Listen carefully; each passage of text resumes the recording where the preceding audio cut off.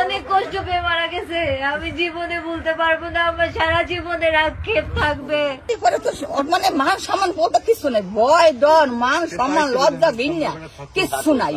উঠে ওর মার হাতে পায়ে ধরে, যে মা হয়ে গেছে, হাতে পায়ে ধরে মাকে নিচে নিয়ে এসে তারপরে এইমাত্র ফাঁস হয়ে গেল যে পলাশকে তার মা মেরেছে। তার আসল চাঞ্চল্যকর তথ্য ফাঁস করে দিল তার পাড়ার প্রতিবেশী। পলাশের মা আসলে কেমন চরিত্রের মানুষ ছিল, যার কারণে ছেলে পর্যন্ত তার সামনে টিকতে পারত না। আর সেখানে তো বউ দূরের কথা, তার মন মানসিকতা এতটাই খারাপ যে ছেলের সুখ দেখতে পারত না। শেষ পর্যন্ত ছেলেটাকে দুনিয়া থেকে বিদায় করে দিল। তবে এইবার আর জেলের হাত থেকে রেহাই পাবে না পলাশের মা, এমনটাই গোটা সোশ্যাল মিডিয়াতে ছড়ানো হচ্ছে। ছেলে হয়েছে তো কি হয়েছে, তারও তো বাঁচার একটা অধিকার রয়েছে। তাকে যে দুনিয়া থেকে বিদায় করে দিয়েছে, এমনকি তার ছেলের বউকে প্রতিনিয়ত যেভাবে টর্চার করত, তার কারণে তাকে জেল খাটতেই হবে। তাই বন্ধুরা, সম্পূর্ণ ভিডিওটি দেখতে থাকুন। আসল ঘটনা জানতে পারবেন কিভাবে পলাশ দুনিয়া থেকে বিদায় হলো। তো চলুন বেশি কথা না বলে ভিডিওতে চলে যাই। ওর মার সামনে কিছু করতো না, জাস্ট টাটা দিয়েছিল। মানে বাড়ি থেকে যখন মুভ করবে ও, তখন জাস্ট টাটা দিয়েছিল। ভাবছে ওর মা হয়তো ঘরের ভিতরে যাচ্ছে, চোখের আড়ালে টাটাটা দিতে গেছে। আর ওর মা এই মধ্যে পিছন ফিরছে, ফেরার সাথে সাথে দেখা যাচ্ছে ছেলে টাটা দিয়েছে। এইটাই হচ্ছে কাল হলো। এই যে বউকে রেডি হতে বলছে, মা যেন না জানে, তো এর মধ্যে তো অবশ্যই কিন্তু আছে, যেহেতু তার ভয়েসের কথা আমরা শুনতে পাচ্ছি।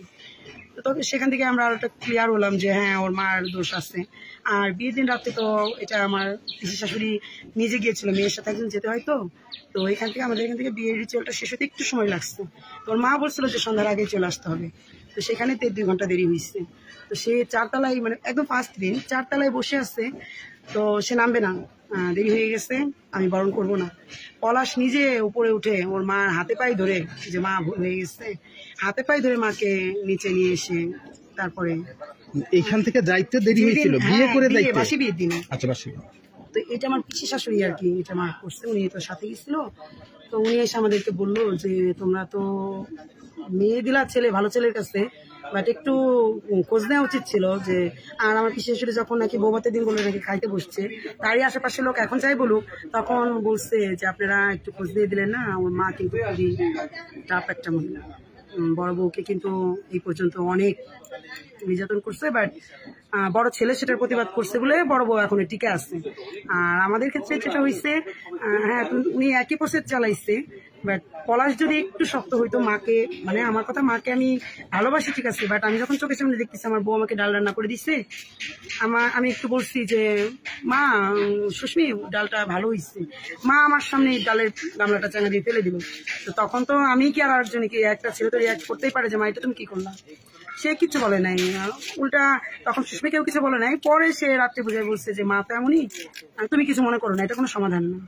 এখানে বলা উচিত ছিল যে মা জাস্ট একটু, একটা মানুষ একভাবেই অন্যায় করছে, তাকে তো একটাবার একটু প্রতিবাদের স্বরে একটু কিছু বলতে হয়। ঠিক আছে, মা ছোট থেকে বড় করছে, তার জন্য আজকে আমি এই জায়গায় এসেছি। তাই বলে তেমন না যে মা আমার সাথে অন্যায় করবে আমি সেটা মেনে নেবো। আজকে আমি মানে শাশুড়ি কি সুন্দরকে কখনো মানে গায়ে হাত তুলছে? হ্যাঁ হ্যাঁ, গায়ে হাত তুলছে। এর আগে আমরা শুনছি যে ওকে তাবুর দিচ্ছে, বা হ্যাঁ শাশুড়ি। তো পলাশিটা নিয়ে তেমন কোনো রিয়াক্ট করে নাই, ওকে জাস্ট পরে বুঝাইছে। কিন্তু যেদিন নাকি পলাশ চলে গেল, ওই দিন সকালেও যাইনি, ভেজাল করছে ওর শাশুড়ি আর ওর সাথে লাগছে। তখন পলাশ এইভাবে ওর হাত ধরা, আর এদিকে মনে করেন ওর মা ওকে মারছে। পলাশ হাত ধরে আছে যাতে মানে মুনমুনি ওর হাত থেকে ছুটে না যায়। সুস্মি ছুটে গেল, ওর মাকে একটা ধাক্কা দিল, বাকি ওর মা ব্যথা পাবে, সেই কারণে তার মাকে সে কোনো রকম কোনো বাধা না দিয়ে আরো হাত ধরে রাখছে যে থাক, যা করছে করছে, তুমি মাকে কোন রকম কোনো ই করো না। তখন ও জাস্ট যেদিন সুসাইড করে ওই দিন সকালে জাস্ট ও আর কি নিজেকে বাঁচানোর জন্য তখন হাত জাস্ট এমন করছে, তখন আর কি ওর শাশুড়ি গিয়ে বেসিন ধরছে, আর পলাশ পড়ে যেতে গেছে, তখন সুস্মি যায় ওকে ধরছে। নাহলে ওয়ালে নাকি, মানে এটা আমাদের শোনা জিনিসই, যে ওয়ালে ওর মাথা লাগতো। তো সেইটাকে পলাশের মা বলছে যে কি ব্যাপার, তুমি আমার ছেলেকে মারলে? তো পলাশ তখন বলছে যে না মা, এটা আমি পড়ে যেতে গেছিলাম, ও আমাকে জাস্ট ধরছে। তা ও সেইটা তার মা মানে নেই, তখন আবারও তাকে ওর হাতে খেয়েছি দাগো আছে, তাকে নখ দিয়ে তার হাত চেপে ধরছে। এইটা আর কি পলাশ মেনে নিতে পারেনি। তখন নিজের মাকেও পলাশ বলছে যে মা এটা ঠিক করলো না। জাস্ট এই যে লাস্ট, হ্যাঁ চুলের মুঠে ধরে চুল উঠাই ফেলছে অনেকগুলা।